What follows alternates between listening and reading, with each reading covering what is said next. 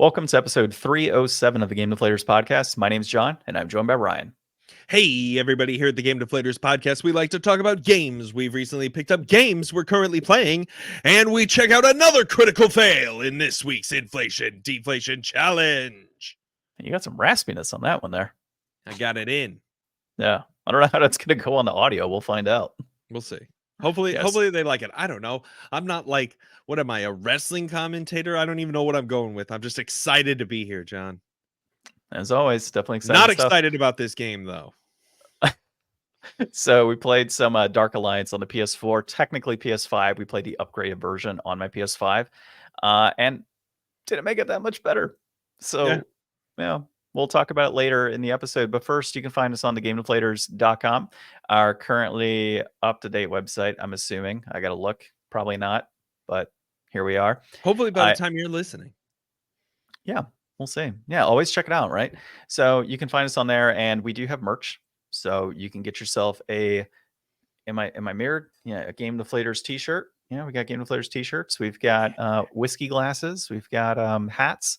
I'll put on socks at some point. I haven't thought about it, but yeah. What about the decals? The decals are not actually. So that is a separate company. Okay. Yeah. Yeah. We have car decals, but they're private. They're just for us. But if you're local and listen to us, I do have some decals on hand. So you're always welcome to one. If you want to hit me up, if you see a Game Deflator in the wild, ask. It might be one of us. It might be. Well, it probably would be. So that's where you can find that cool stuff. And of course, we have lots of content on there. Our podcast archive is on there as well, if you want to catch it there. But also, you can find us on social media platforms, X at Game Deflators, at The Game Deflators on Instagram, Facebook, and Threads. We're also on YouTube. So if you are listening to this right now, well, you're not on YouTube. You are on a podcast app. So go ahead and watch us. Like, subscribe, ring the little bell so you know when we have released an episode. And then if you are just listening, like, subscribe, 5-star review, and leave us a comment somewhere. Tell us how you're listening. Would appreciate it. Yeah. All right, Ryan. Let's go into our pickups. So this pickup is a... Wait. What? No. This week, John. Oh, what are we talking about? Yeah, this week we've got other stuff. So before we get into our pickups and the like, I'm going to let you know what to expect. I will catch you guys up on what's going on with my D&D campaign. And then we pulled a pair of jacks this week for our articles. We're going to be looking at the recent fallout from Magic the Gathering's Commander bans and the equally disappointing launch of Season 3 of Suicide Squad Kill the Justice League. And then we'll get to that inflation deflation at the end. Go ahead, John. Jump into what you picked up. He threw in a pair of jacks because he's also playing Balatro, I'm guessing. So yes, you're in that mindset. Everything is playing cards now and jokers. All right, so pickups. This is a combo pickup. My wife had one of those gift cards from work again, and she likes to buy video games with it. So we ended up picking up this little gem. Yeah. Super Mario RPG. Oh, it actually zoomed. That was kind of cool. Yeah. It's kind of like our interview that we're going to have on Wednesday. There's a lot of zooming in and out on cameras, which is pretty cool. A little dynamic stuff. So Super Mario RPG on the Nintendo Switch costs us $30 plus tax, what it came out to. Normally $60. So that was kind of cool to get it that cheap of a price match. That was our only pickup. I have more Magic cards here, but they're from last week's episode. I have more in the mail, of course. I'm trying to see if I have any stacks of games. I got a Donkey Kong here, but that's not a recent pickup. So yeah, lots of stuff on my desk here. And then as far as I'm playing, Ryan, I beat Wo Long. It's done. Whoa! Yeah. Was it long? I'm the dad here. You're not supposed to say these jokes. It's supposed to be me. Right. Teach me your secrets. So yeah, it was about 25 hours or so. I don't know. If you go on our YouTube, you can see the full playthrough of me dying constantly as well as winning in the best manner possible. So I still can't tell you exactly what it is. It's a Black Taoist who essentially has found some sort of elixir and is trying to corrupt the world. And that's about it. That's what I know. Other than that, it's cool boss fights, great graphics, love the gameplay, lots of item pickups, which kind of is frustrating in a game like that, but it's all right. You know, you can pick up 500 items, and then by the end of the game, you're like, well, I don't want to keep picking up items. So you just kind of progress through. The last couple parts of the game, I actually ended up like just speeding through. And it wasn't a matter of like me not liking the game because I absolutely love the boss fights and the standard battles and the people to help you along the way, which I couldn't find any like other players to help me. It was all like NPC recruitments that I worked with throughout the game. But like I just got to a point within the last level, it's like I don't know where this like battle flag is and or several battle flags. Let me just progress through and get to the final boss in this part of the level. And so I did. And it was like that for a couple of them. So if you're watching a playthrough, you'll see I'm not finding every battle flag. I'm not getting, all of the possible damage that I could get because I just sped through it at that point. But overall, I liked it, dude. I thought it was a great game. I would definitely recommend it. There is a level 100, it's recommended level 100 type of thing. I don't know if I'm going to play that. Probably Like a not. secret boss or something? Yeah, I think it's like one of those like extra bosses. Like I just don't know that I need to do that to feel any more, you know, any better about the game and what I was able to accomplish with it. The game itself was fairly easy for the most part, and it does actually unlock like an even higher difficulty where the normal enemies are boosted up in their power and such. So the game does have that like at the end when you complete it. But I would say there's only like maybe 4 bosses in the game that I found to be difficult. The first boss, which we'll talk about more on our special Wednesday episode with Astral Clock Tower Studios, who's making a Crystalla game. We talked a little bit about that boss. Lubu, which was the other boss that I told you about, where like you don't beat Lubu, Lubu beats you. Yeah. That was a pretty difficult boss. And it wasn't because he doesn't have any like special um like different forms or anything like that, second phases. He's just difficult. It's a hard boss. There was no one called Tauti, I think was the name of the boss. And it's like this massive giant like structure that you kill it, comes up in the second form, and then you kill the second form. What's so difficult about the second form is it's like the pace of it, right? So first boss, you're just kind of like quickly launching back this red beam of stuff that he sends you to knock him down and stuff and like deal damage to his legs. That's really all it is. Whereas the second phase is him like rushing towards you and you have to time it just right to be able to deal like a critical blow and a tail whip and just like pouncing and like all these things that did not happen in the first phase. So it just like really amps up the difficulty in that boss. And then the last boss that was difficult, I would normally say the second to last boss because that was also 2 phases. But I ended up finding a way to cheese that one, which I'll get to in a second. But the last boss of the game, which is, I'm not going to say because it's actually kind of special in the sense if you haven't played it.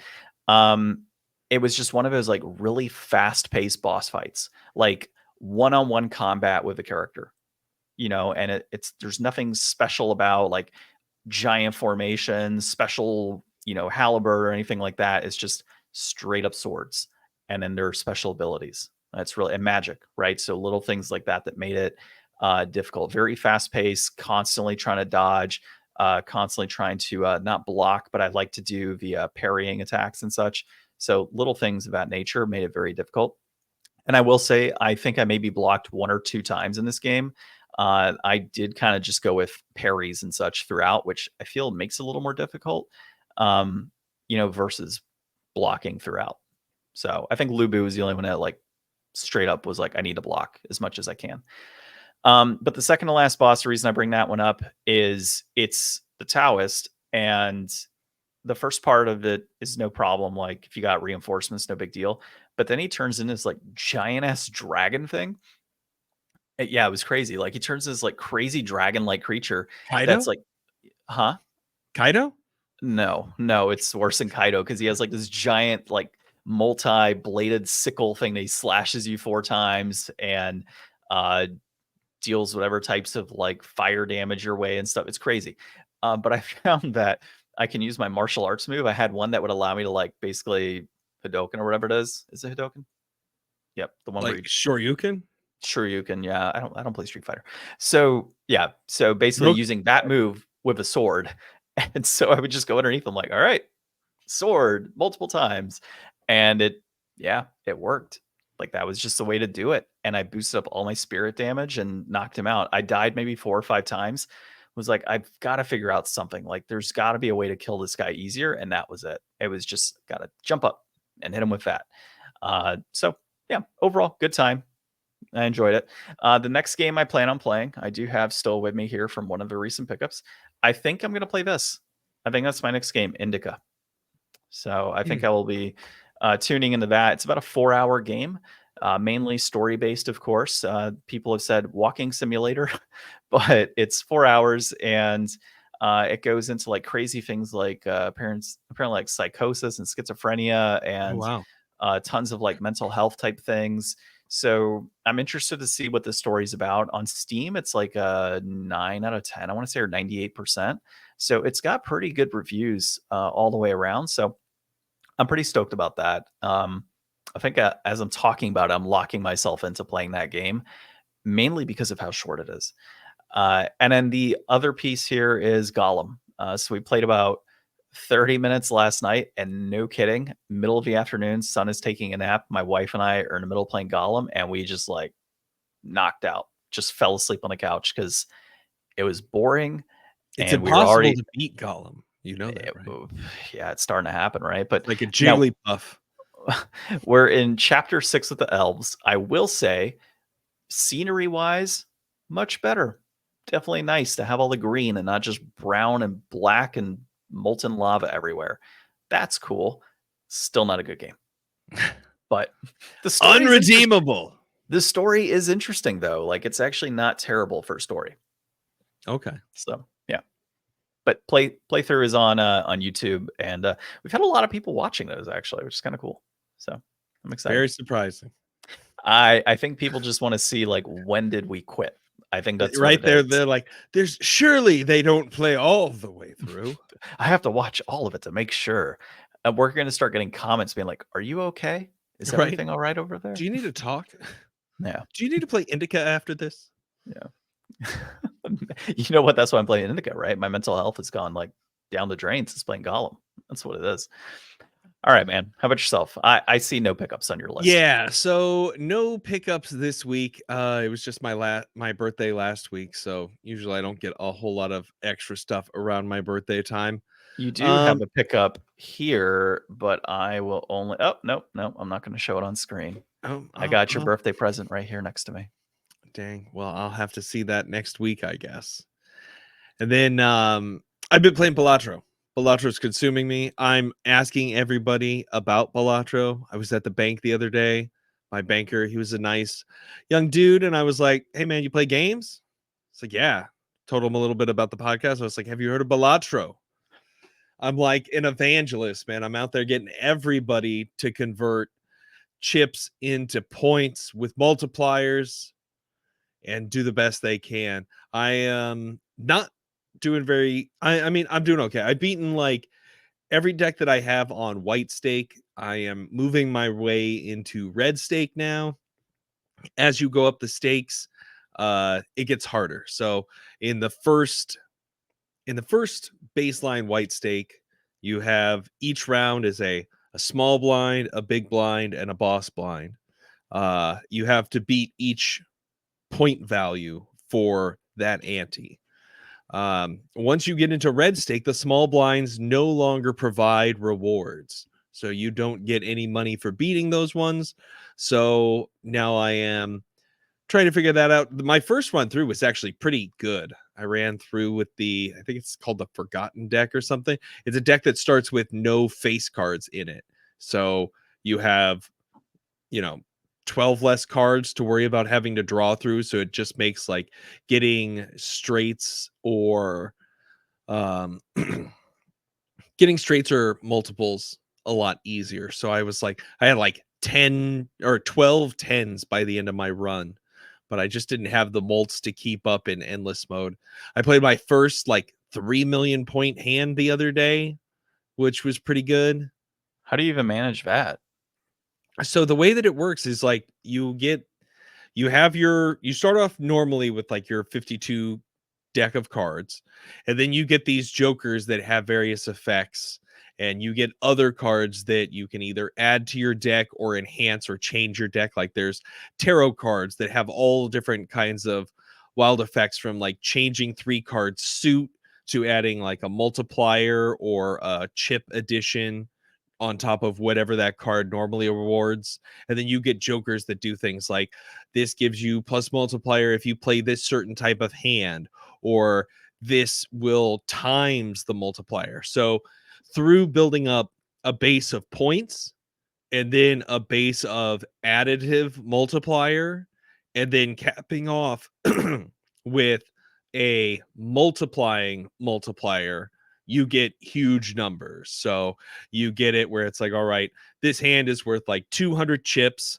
times like 48 from all my multiplier, and then times that by 4, and that gets you like your total point payout. But it just gets ridiculous. Like as soon as you beat like the first 8 antes that make up like an actual run, you go into endless mode, and it just gets wild. Like all of a sudden you're like 500,000 point hands are nothing when you're going up against like a 7 million point blind. And it's just like, how am I even supposed to score that many points? What could I have done better?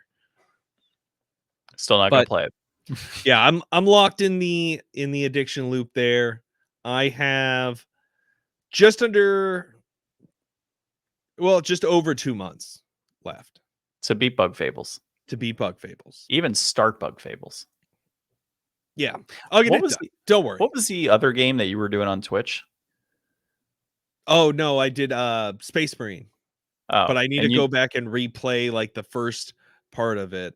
But you beat that one? Yeah, I did beat that a couple of weeks ago. You should do that. Then we can upload your gameplay of Space Marine. Mm-hmm. Yeah, you should do it tonight instead of Balatro. But I will say, I'm excited that you went to the bank and that you told the guy about Balatro, but I'm even more excited you said, hey, have you heard about the podcast? Oh, yeah. So that's good. Yeah. Yeah, as long as you're doing that. Now, if you just want to start talking about Balatro, be like, Ryan, come on now. Come on. What if we changed our... Here we go. Here's a good idea, John. We could get a lot more traffic if we change it to the Balatro Deflators Podcast. No. I think about that SEO.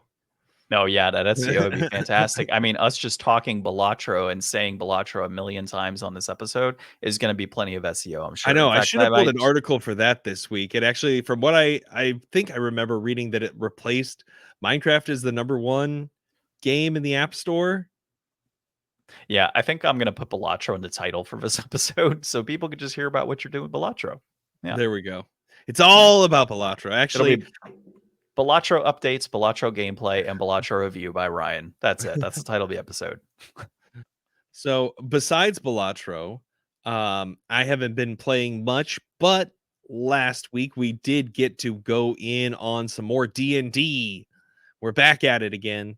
Everybody was not present. We had some people who weren't feeling great, so we did some remote ins, but it was fine because it was pretty much all combat.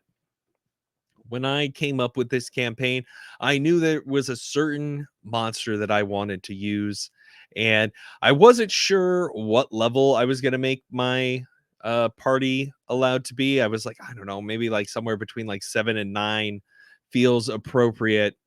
And then I loaded in this like battle, and I was like, well, that's deadly, but I mean, it's not really interesting unless it's deadly, because otherwise you beat it in like 3 rounds. Like, fights go quick, and especially if you're doing, like the idea in your mind is like, oh, it's the big like bad enemy versus the team, but he's so strong. But the way D&D works with its flat math and its action economy, really, if you outnumber the opponent, you're almost assured to win, as long as you're just going to out DPS them. There's just almost no way around it unless you have a way to take extra turns or whatever.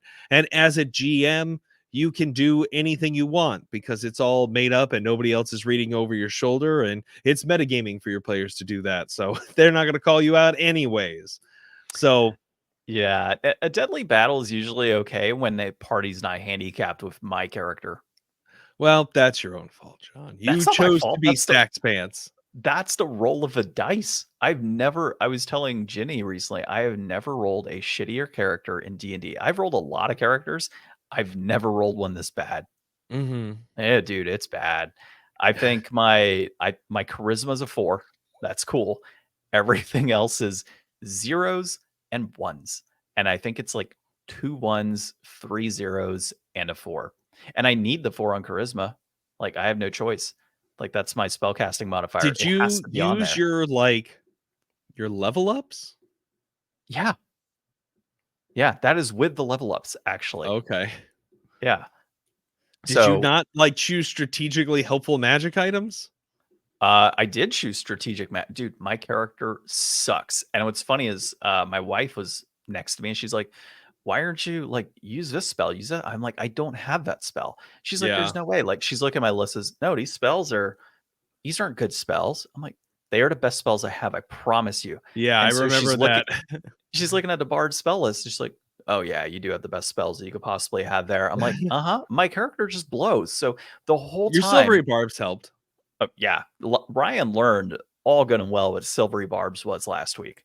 Um, yeah, you had like wraiths, you had will-o-wisps, So and you had a corpse I collector. Yeah, so I had a cadaver collector spring up from this long lost battlefield, and there had been some will-o-wisps in the area that were kind of leading the players over there. So I used kind of like this makeshift thing that I came up with where I was like using the will-o'-the-wisps to give basically um oh, what is it? Not Sacred Advantage, Flame.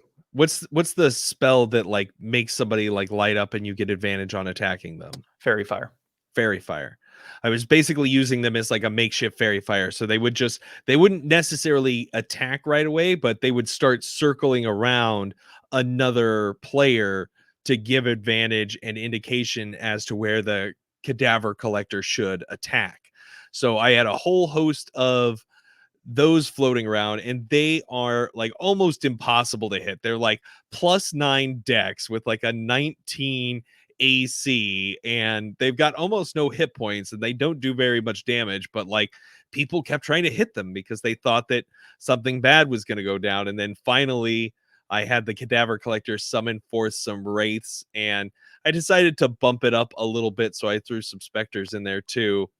And it was a pretty good battle. Like it was not easy on them, but they did manage to come together and defeat it. It did take a lot longer though, considering I thought you would all have inherently magical weapons or something. So a lot of your damage was kind of being negated for quite some time. Well, the problem is with my character, Sacred Flame is my big spell, right? Like that's the only like big spell I can attack with because I don't have any magic weapons because I had to put magic items into utility purposes to be able to boost up my character because otherwise I wasn't gonna have squat. Mhm. Um, so I just kind of sat out of range. Ryan was like, "How far are you off the battlefield?" I'm like, "About 60 feet." So you can't get to me. And every time something would come close, I would scurry away even further. That way I had just enough room to be able to do things like I want to say it was some sort of curing spell. I don't remember which one it was, but I had a curing spell that would allow me from like a 60-foot range to be able to cure people. Then I also had silvery barbs, which I think is 120 feet, if I'm correct on that. So Ryan, the whole night, is rolling crits galore. I think the guy rolled like I 10 was rolling a crits. lot of crits. It was ridiculous how many crits you rolled. So I didn't take any damage actually the whole time because I was just so far out. I was like silvery barbs every damn turn at this point. So I was even casting up on silvery barbs because I had no choice but to cast Mhm. up. I ran out of level 1 spells, had to start casting up on all my stuff. And yeah, I know my wife went down like several times because she was our tank. And Thomas, for whatever reason, forgot that he had fireball. I don't know why, but I'm like, dude, like, you're a wizard, right? And he's like, yeah. I'm like, then fireball. He's like, oh, should I? I'm like, yeah. Upcast is like Especially when he level. has the sculpt Yeah. spell. Yeah. So he could like negate hitting anybody and he had his shield thing. I'm like, why aren't you fireballing things? And the second he fireballed, oh, look at that. A whole bunch of wisps died. Yeah. Oh, look at that. Specters died. Like, dude, come on. So like I ended up playing Thomas's character midway through. I'm like, all right, okay. And he's like looking at me. So do we do fire damage? I'm like, yes, just do fire damage. Like that's all. We're fine. Shield them, blast this area, kill off these enemies, and I'm just gonna keep doing Borkle Sax Pants stuff in the background. And so when everything was done, I walk up to the group. I'm like, well, that was a real tough real tough battle there. Whew, everybody looks kind of roughed up, because didn't take any damage. Yeah. So yeah. It was fun. I like running combat where trying to be a little bit more dynamic with it. Like I don't know if it comes off this way or if it's a little bit too much of a peek behind the curtain for you, John, but like sometimes it's okay, I feel, to just do extra things or change the rules. Like there's nothing in the Will of the Wisp that does what I was doing, but you know what? Nobody said anything about it, and I think it made it more dynamic and interesting. So it's just D&D. Just use it as a guideline, have fun, Yeah. make encounters more interesting if you think they can, because sometimes long battles can just be a slog and you want to create some more dynamic or maybe do some off-turn things to mix it up or to enhance the drama of the situation. Yeah, and I do it all the time in my campaigns. Like when you guys have come across like certain enemies, I've boosted their HP, I have increased their AC depending on what it is because I want a particular enemy to be present in that battle. And sometimes the the book stats that are with that particular enemy just aren't good, right? Like if I'm gonna have a bunch of characters that could swing for a +8 on an enemy, you know, going up against a 16 AC, no, that AC is now 19. No, that HP is not 50. That HP is 80 or 100 now. Like little things like that. The attack on that enemy is not a +4. It's now a +8, whatever it may be, to be able to deal more damage and really enhance that battle. And so, similar to what you do, I do go by creature ratings and we'll develop battles that are typically considered deadly, mainly because, to your point, you don't want to have a situation where the group just blasts through a swarm of enemies, right? Like you want it to be interesting. You want them to feel like on their heels as if, hey, a TPK is possible here and some sort of satisfaction after they've completed that battle. So Yeah. I'm in a very similar position to you on that too. If you are out there looking to build combats for D&D, I recommend I use koboldplus.club. Used to be Kobold Fight Club, but it is a repository you can go in and select different enemy monsters, add in a party and levels, and it'll kind of give you an idea of how difficult that combat is going to be, so you can kind of build things up there. That's a great tool. Yeah, I don't know what I generally use, but I have like the Tome of Beasts 1, 2, and 3, along with other books and such that I pull creatures from. But I just go based off of the creature rating that's in there, and then I pop it into a website. Says like how many people in your party, what level are they, and then okay, how many creatures, and then okay, 4 creatures. Well, what's the creature rating for 4? Yeah, Or what's the creature that's rating this for 2 of them? website. Yeah. So, but yours you can pull enemies and stuff, and it jumps in. Mine is just straight up numbers that you pop in. Okay. So, yeah, So, but it does spit out deadly and all that. And like if you are doing experience, it'll tell you how much experience a party will gain if that's what you're looking to do. mhm. Yep. So, speaking of rules and Oof. going against them and changing things that, could turn not so well, we have kind of a terrible article this week, unfortunately. Yeah. So The Coast reportedly warned Rules Committee against recent commander bans. This is by Jack Coleman at The Gamer. yeah. So that was my article for the week, and I was like, well, let's get some magic in there, right? We have a lot of video games on the docket. So basically, in Commander, they banned Mana Crypt, Non-Dude, Dockside Extortionist, and then the weirdest one for me was Jeweled Lotus. So all 4 of those cards got banned simultaneously by this rules committee. It came out of nowhere, I feel. Like, I don't think it was ever a discussion that this could happen. And so all of a sudden Magic Twitter and Magic Facebook and Magic Reddit all blew up because of these bannings. And then the prices completely plummeted. I mean, I saw Jewel Lotuses going for $20 and $30. I kind of wish I would have picked them up when I did. Ended up picking up one for 50, I think it was. It's since this banning, and we'll go into it, it has gone back up. But essentially, this committee was a secondary committee, not necessarily part of Wizards. It's a rules committee for Commander.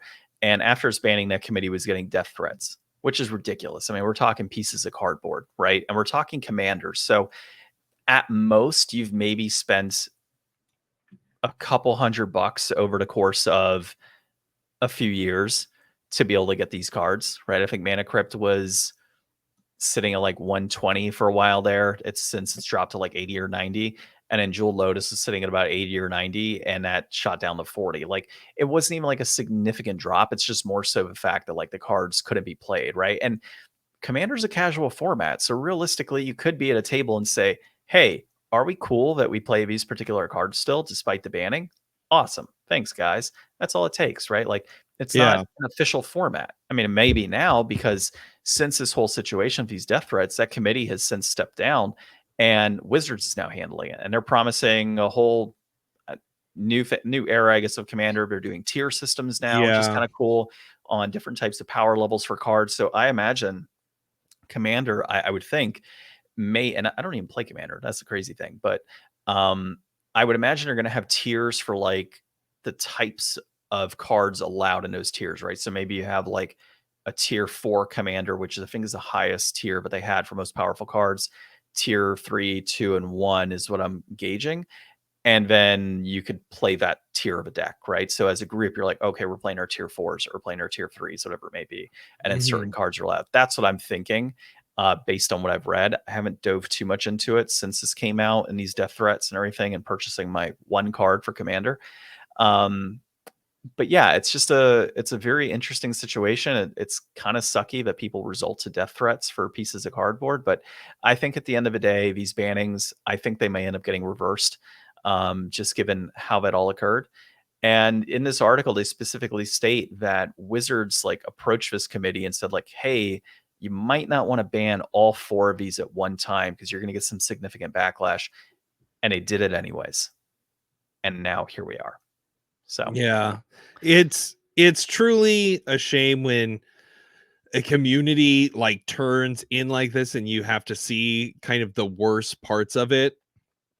I mean, no matter how rabid of a collector you are, or as big of a fan of any type of property or game, at the end of the day, it's really just a game.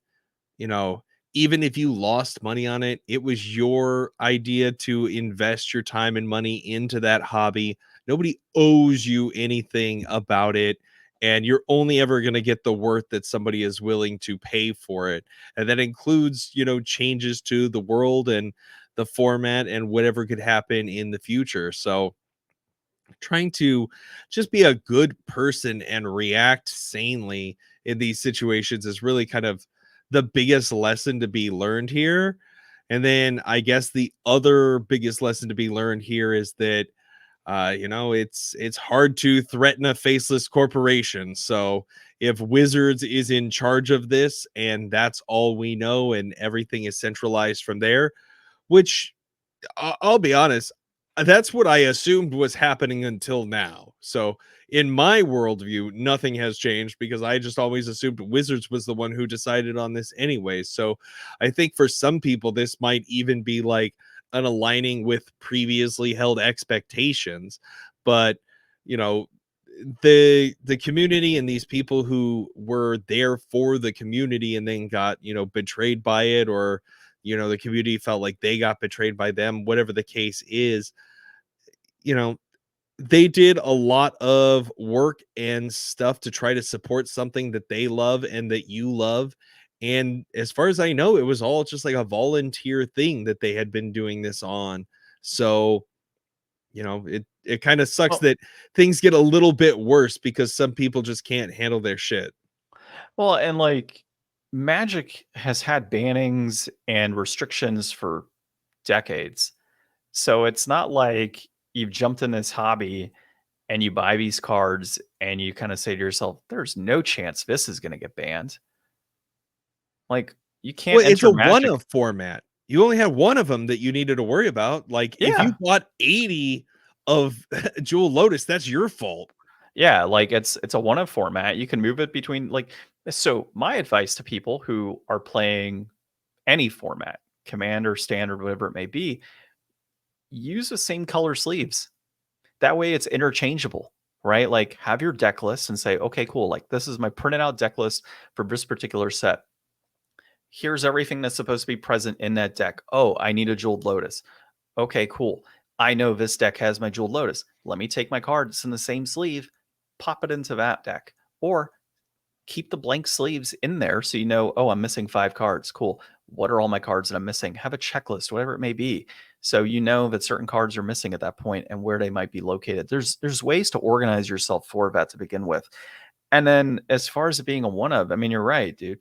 The Jeweled Lotus caught me off guard because that is specifically for commander. It's like 3 of any one color casts only for your commander. And it's essentially a Black Lotus, but without the being able to choose multiple colors. You can only choose one. And because it's restricted to just commander, that to me is not even that powerful of a card. It's mana ramp and it's a 0 drop. It's fantastic. I agree for like a monocolored deck. But unless it's like turn 2, turn 3, you're not casting like a 4 drop multicolor commander, you know? So there's, I thought that to be a pretty weird banning. And some of me like wonders if that was kind of done for like shock and awe to dip the market. So that way they can unban it and then let it go back up. I would not be surprised actually if something like that happens. You know, like ban it, buy up all the low price cards. Hey, we're unbanning it now.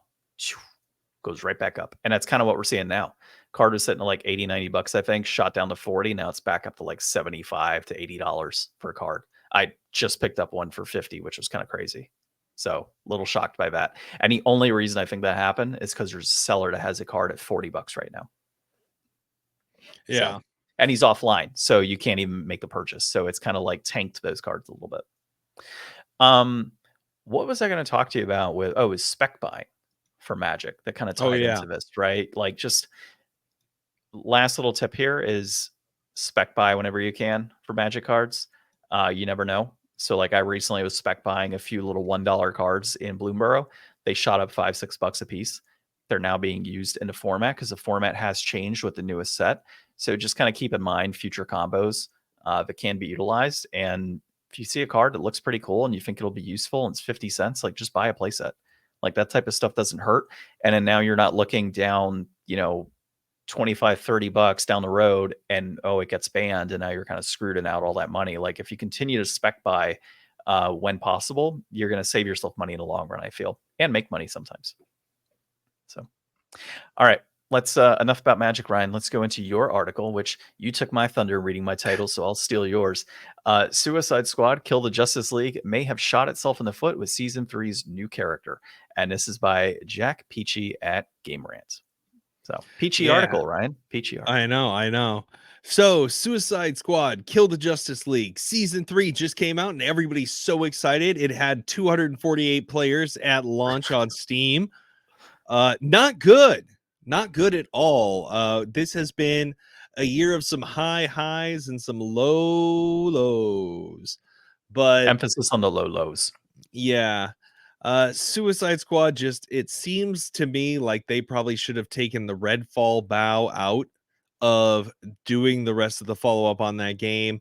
They should have put out a few patches to try to do what they could to clean house and then shut it down. But it seems like at this point, I mean, I'm hoping that what's going on is they're just trying to keep as many people paid as long as possible while they try to pivot to doing something new. But at this time, they're releasing characters that nobody is really that interested in, or a lot of people have never even heard of, especially if they're like this season Lawless, and it is kind of a new take on a named character from the DCU that's a part of the Suicide Squad. But the lightning in the bottle that was Guardians of the Galaxy, taking a complete roster of unknowns for the layperson and then making a huge movie out of it.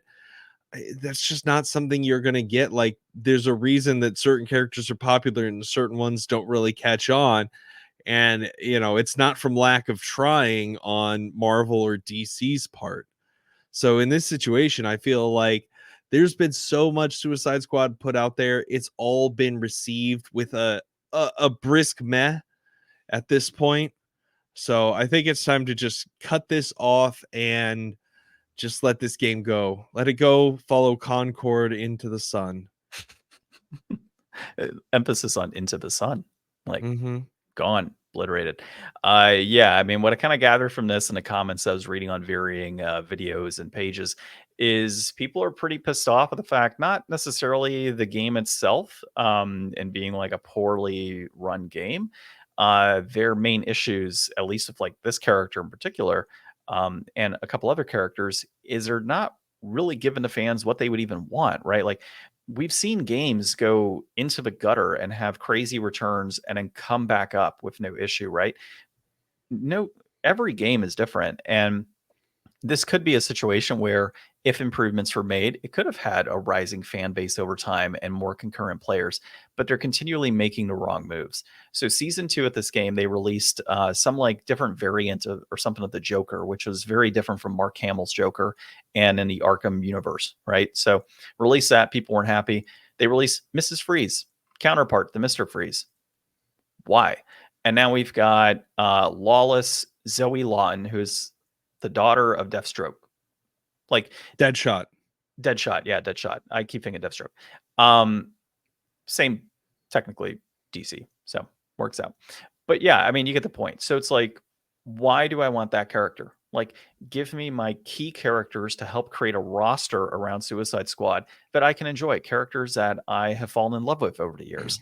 You're not giving us that. You're releasing these crap characters. You're sticking to your roadmap. Cool. But it's not that great. And so now they have, like you said, 248 concurrent players after season 3 release. And my favorite thing is all the comments I'm seeing. There's like, and all 2 players really enjoyed that update. Or like, hey, there's 15 people that are playing, as Mrs. Freeze right now. Little quippy stuff that's going out from different people out there. And to your point, pull the plug. Like, you can't continue hemorrhaging money. I think Warner Bros. Is down 200 million is what they said on this. It's big time. That's a massive hit. I mean, that's actually worse than Concord. From what I heard, Concord was actually about 150 million. So like those estimates were blown out of proportion. I thought it was. So it wasn't really 400 million like they were saying? I was seeing some other things. I mean, different articles I've read that said, no, it was actually blown out of proportion. It's really like 150 million. For Concord. This one's lost about 200 million. They've had a number of layoffs over at Rocksteady because of this. Probably will continue to have layoffs because of this game, and that could take us into a whole different conversation on on layoffs. But yeah, pull the plug. We're done. No more. Get it out of here. Anything else? I don't think so. It's just it's a shame. You hate to see these studios that that there's another timeline out there where they were able to make something really good and they not get balled up in all of this chasing a trend kind of business that's just really been the bane of a lot of these good studios with good ideas and just derailed things. And now that the video game market isn't doing so hot and people keep getting more worried, the other thing we could have the other thing we could have talked about this week that would have been good would have been like the Ubisoft stuff. Yeah, that's not going so hot. So it's just actually time, and especially if you're at one of these big studios and you don't do so well, like where are you going to get another job? Is it worth getting another job in games, at least in the AAA side? So it's hard, and I feel bad for these developers. On the Ubisoft thing, apparently they're being shopped around. We'll see about that. We'll have another big buyout sometime soon. Yep. Well, welcome to Microsoft. That's kind of what I see happening. Well, no, they said I think Tencent was one of the potential buyers. Yeah, I don't think Microsoft. I mean, they're already bringing in the reins hard after that Activision Blizzard purchase. I don't think they Yeah. can afford to lay off a Ubisoft's worth of employees. Oh, no, they can afford it. It's just a matter of if they want all those IPs. So Ubisoft has a lot of Assassin's good who? IPs. Yeah, did you see it delayed that game, the release Yeah. because of Ghost of Tsushima? Oh, Or yeah. Well, I Ghost of mean, Ghost of Yote or Tsushima Yotai? looks or yeah, Ghost of Yote looks so much better than anything that Assassin's Creed Red is ever gonna be. Yeah. Yeah, I agree. All right, let's go into our inflation deflation for the week. So we played some Dungeons and Dragons Dark Alliance. It was developed by Tuque Games. So that is 2K, Tuque, Tuque. I don't know. I didn't look at the pronunciation. We need to start doing that. It was published by Wizards of the Coast, designed by Kevin Neilbert, released in June of 2021. It's an action role-playing game with scores to 4 to 8 out of 10. And Ryan, why don't you tell us what it's about?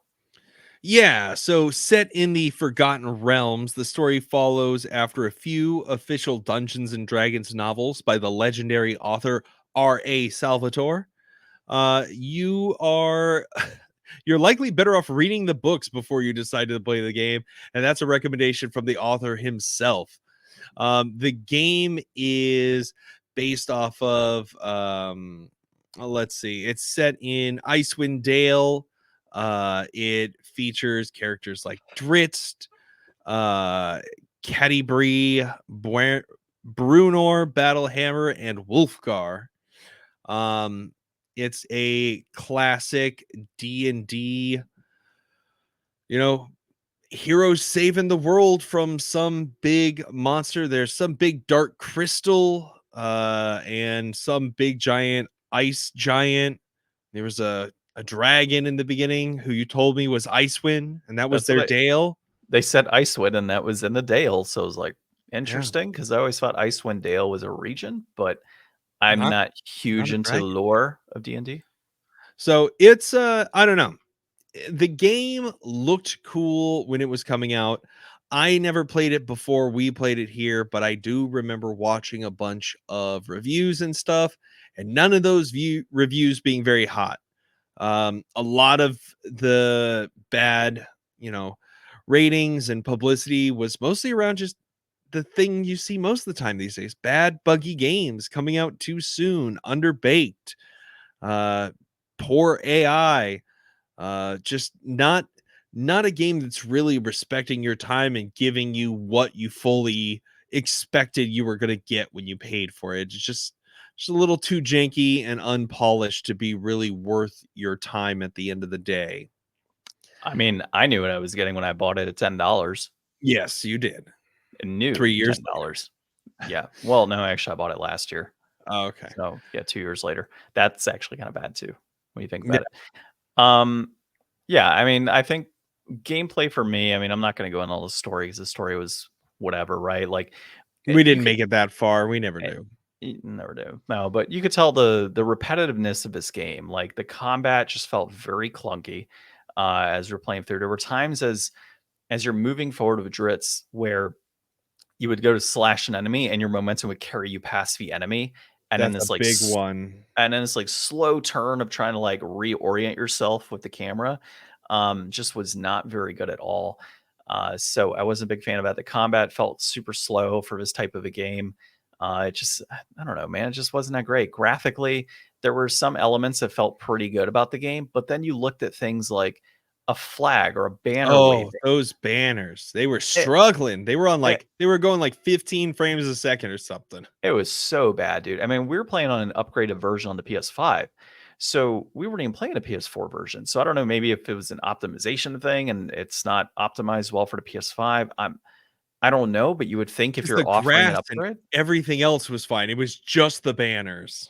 it was a weird. I don't know, maybe it's a design choice. I have no idea, but it was so weird to have like these decent landscapes and then this like really crappy banner that looks like it was playing on a Super Nintendo.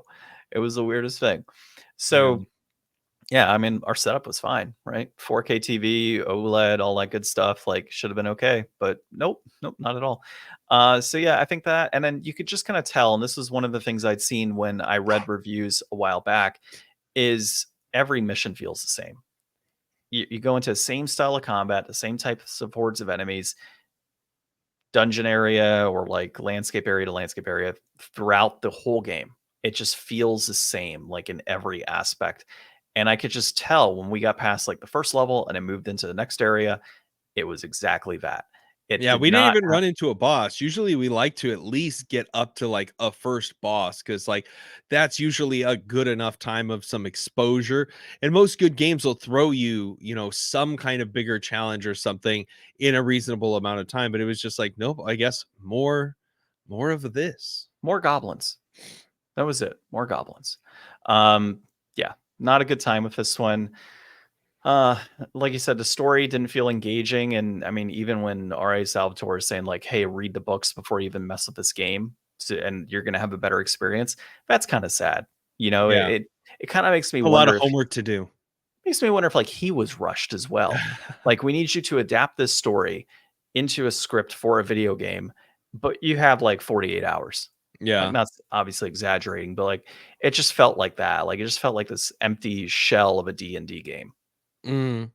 So Yeah, it definitely is something that could have used some more time in the oven, and maybe, I don't know, D&D was peaking pretty hard in 2021, but not every adaptation is going to really hit home. I mean, obviously Baldur's Gate, that knocked it out of the park. So it's not that the license is going to make it an automatic success. Like, the game has to meet you there. And there are lots of good D&D action focused arcadey, like side scrolling beat 'em ups from the past, and 3D action games. So this one was just a miss. well, and we played, Demon Stone prior to this, and I felt Demon Stone had a more, you know, a better story. Like, you could kind of understand what's happening, and it felt a little different, right? Compared to something like you expected more from PS4 and PS5 for one thing, Mhm. in this generation, only to be delivered what we played. So brass Yeah. tacks. Brass Uh, tacks. So yeah. go ahead. Okay. Complete in box 1104 right now. And it peaked at 3284 in June of 2021. Currently holding at that price point of 1104. A loose copy will run you 1032 right now. That peaked at $30.06 in July of 2021. That is trending down, actually. Digital, you can pick it up through Sony or Microsoft for $30. You can pick it up on Steam for $30, of course. If you really, really want to play this game, wait for a Steam sale. And yeah, that's where it's at. At 1104. I don't know, man. I It's picked it hard up to for say 10 10 bucks. bucks isn't worth it for like something that's like not a kick in the shin. Like, Yeah, I mean, I it's would not say gonna hurt you, but it's definitely not. You could probably buy other better games for $10. you could. I mean, I would put this at like a just right at 10 bucks. Like, if you said, "Hey John, you have $10 to buy a video game and it's an action RPG of some sort. Here's your choices." I would expect this to be valued at $10. Like that, I would be getting my values worth or Yeah, my compared money's to worth. the $30 you could pay for a digital copy is definitely just right. Yep. Cool. What games do we have coming up? I I forget know our I picked assortment. Sticker Star, and didn't I pick some baseball game for the NES or something? I don't remember. I don't remember the SNES game, but we have Mario Sticker Star, Paper Mario Sticker Mhm. Star. We have Fairy Tale Fights on the PS3, and Mm. then we have Legacy of Kain Soul Reaver, I believe it Yeah. is, on the PS1. I think it's Soul Reaver. Maybe a different Legacy of Kain game. We'll have a picture. I'll take a picture. I'll throw it up on our social media, and you can see what we got coming up. But yeah, that's what's going to be playing. And Baldur's Gate is what we played this week, and kind of wish we didn't. Nope. So, Dark Alliance is what we played this week. oh yeah, sorry, Dark Alliance. Well, it's all the same deal, man. Like, every time I hear Baldur's Gate, I think Dark Alliance back This was from in the Icewind PS2. Dale. It's a Dude, neighboring region in I the Forgotten know. Realms, John. Then call it Dungeons and Dragons, Icewind Dale, Dark Alliance. Don't call it just Dark Alliance, because there's a see, that's another issue with the game. There's a Baldur's Gate Dark Alliance. There's like two of them, aren't there?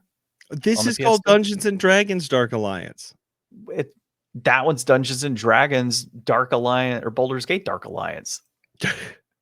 So they're all the same. The right? Empire Strikes Back. Again. Yeah. Okay. There's my gaff for the week. All right. This has been episode 307 of the Game Deflators podcast. Oh, wait. No. We can't finish Fair Ryan. We have to prop it up one more time. One more time. We have Wednesday. a special episode coming out Wednesday with the developers of Crystalla. So Astral Clock Tower Studios, cool episode that's going to be coming out. We're going to talk to them about, nice. Yeah. Well, So we've already talked to them. That's why I have the same shirt now that you'll see on Wednesday. So I promise I did take a shower. During that episode, we're going to be talking about their experiences of Unreal Engine, how you can get into development. Yeah, we talked about Unreal Engine. I know, but I would start off with, we talked about their game. I'm getting to that. People would assume that we're talking about their game. So yes, we're talking about Crystalla, getting some better understanding of the game, where you can buy it, of course. See, I'm going to go into the buying piece now. Unreal Engine, their experiences with it, all of that good stuff. So a lot more to come on that episode. It'll be fun. You could have done it. You didn't pop the. I know. All of this. I didn't. You're right, John. You're right. You almost forgot. I had to do it. All right. This has been episode 307. My name's John. I'm Ryan. And thanks for listening.